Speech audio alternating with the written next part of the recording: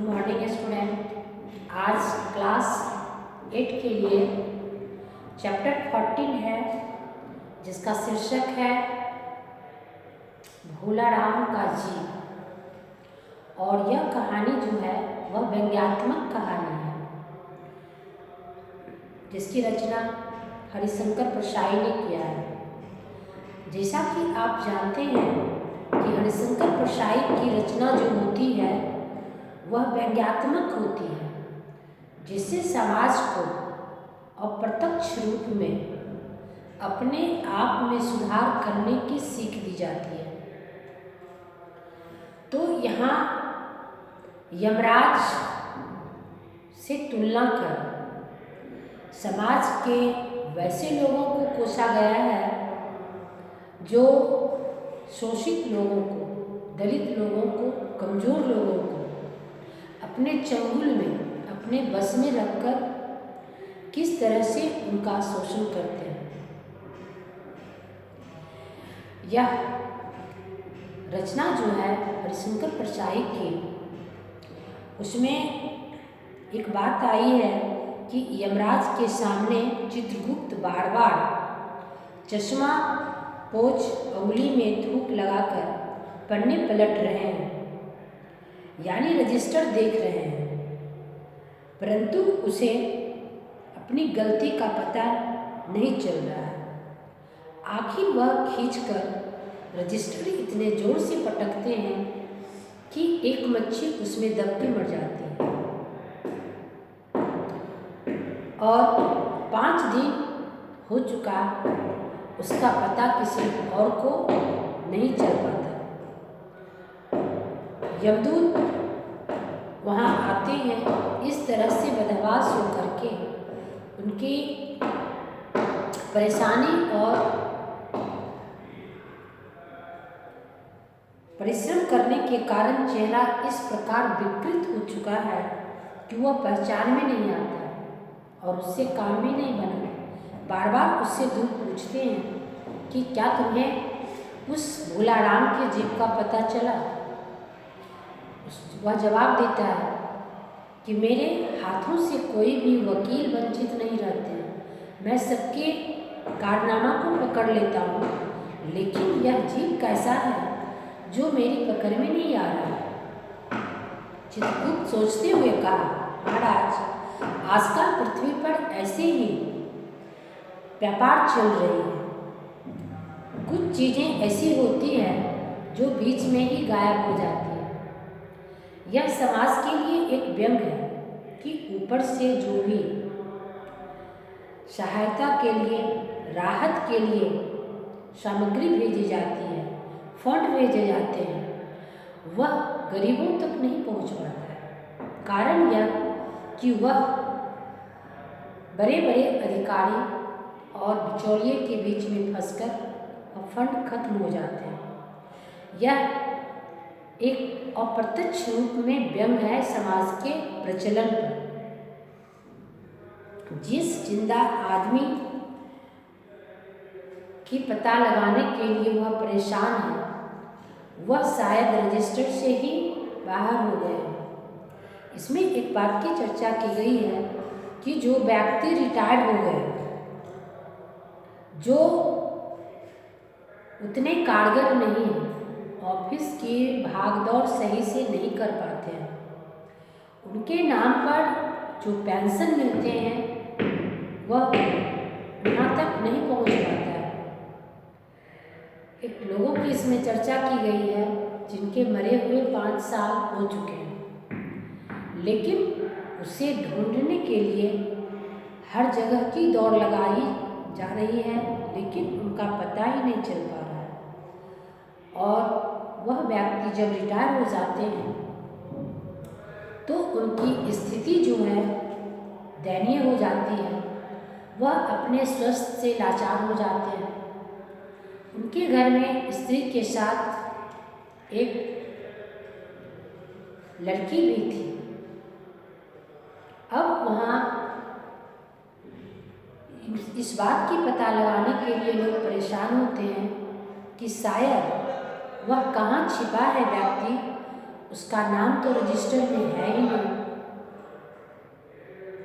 और एक बहकावे में आकर उनके स्त्री से पूछा जाता है कि भला बताइए, आप लोग के अलावा उनका और कोई सहयोगी था जिनसे उनको बहुत अच्छा लगाव था?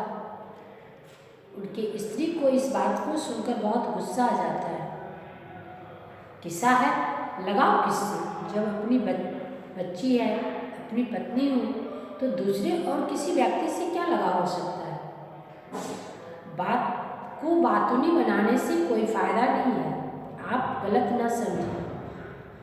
आप गलत करके हमें भ्रांति में न डालें। इस तरह कार्यालय का दौर लगाते लगाते वो परेशान हो गए, यहाँ तक कि हमारे घर के कील तक बिक चुके। अब बर्तन बिकने की बारी थी।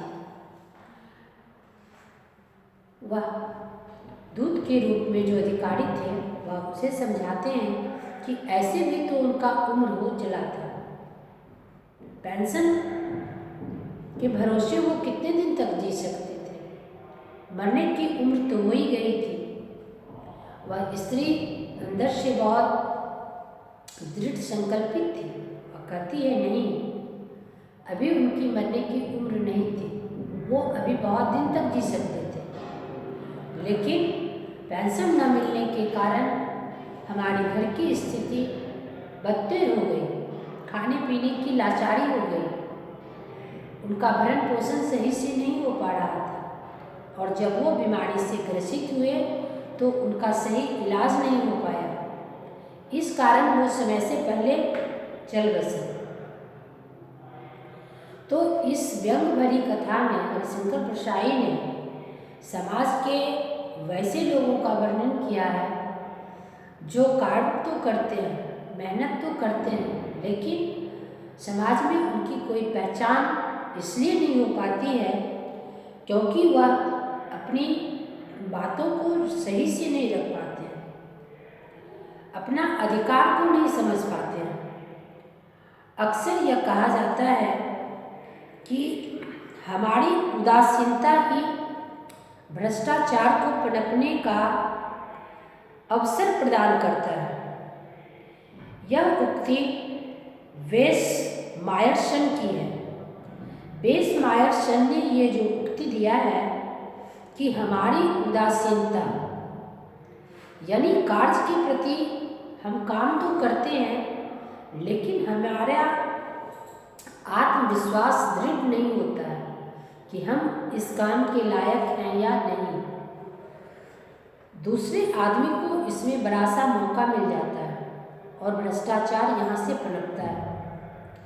अगर हमें अपने कार्य और अधिकार का बोध हो तो समाज को हम खरी दिशा में ले जा सकते हैं, सही दिशा में ले जा सकते हैं। समाज हमें उतना शोषित करने के लिए भी सोचेगा, लेकिन हर व्यक्ति में अपने उत्तरदायित्व का निर्वहन करने की क्षमता नहीं होती है। भले ही वह कार्य कर, परिश्रम कर अपने आप को समाज के लिए सहयोगी समझते हैं, लेकिन उन्हें अपने अधिकार का सही जिम्मेदारी, उत्तरदायित्व का पता नहीं चलता है। जैसा कि इस कहानी के आधे भाग में आप समझ गए कि वह जो रिटायर्ड व्यक्ति थे उन्हें पेंशन 5 साल से नहीं मिल रहा था, लेकिन उसके लिए उन्होंने कभी उचित फैसला लेने की कोशिश नहीं की। वह समाज में दबे कुचले लोगों की तरह रहकर परेशानियों को झेलते रहे। आखिर में उनकी मौत होती है और उनकी पत्नी और बच्चे को अनेक यातनाओं को सहना पड़ता है। उनकी कागजात जो रहती है वह कार्यालय में दबे रह जाते हैं, जिसके कारण उन्हें तो परेशानी हुई ही, साथ साथ उनके घर वालों को भी परेशानियां झेलनी पड़ रही थी। तो इस व्यंग भरी कथा के माध्यम से समाज की बुराइयों को उजागर करने की कोशिश की गई है। कहानी के आधे भाग में अब आप समझ गए होंगे कि हमें अपने उदासीनता को समाज के सामने नहीं रखना है, ताकि दूसरे लोगों को इसका नाजायज फायदा न मिले, भ्रष्टाचार को पनपने का मौका न दें। हमें अपने कार्य के प्रति दायित्व को निर्वहन करने का पूर्ण जवाबदेही है। धन्यवाद। अगले वीडियो में इस कहानी के शेष भाग को रखा जाएगा। धन्यवाद।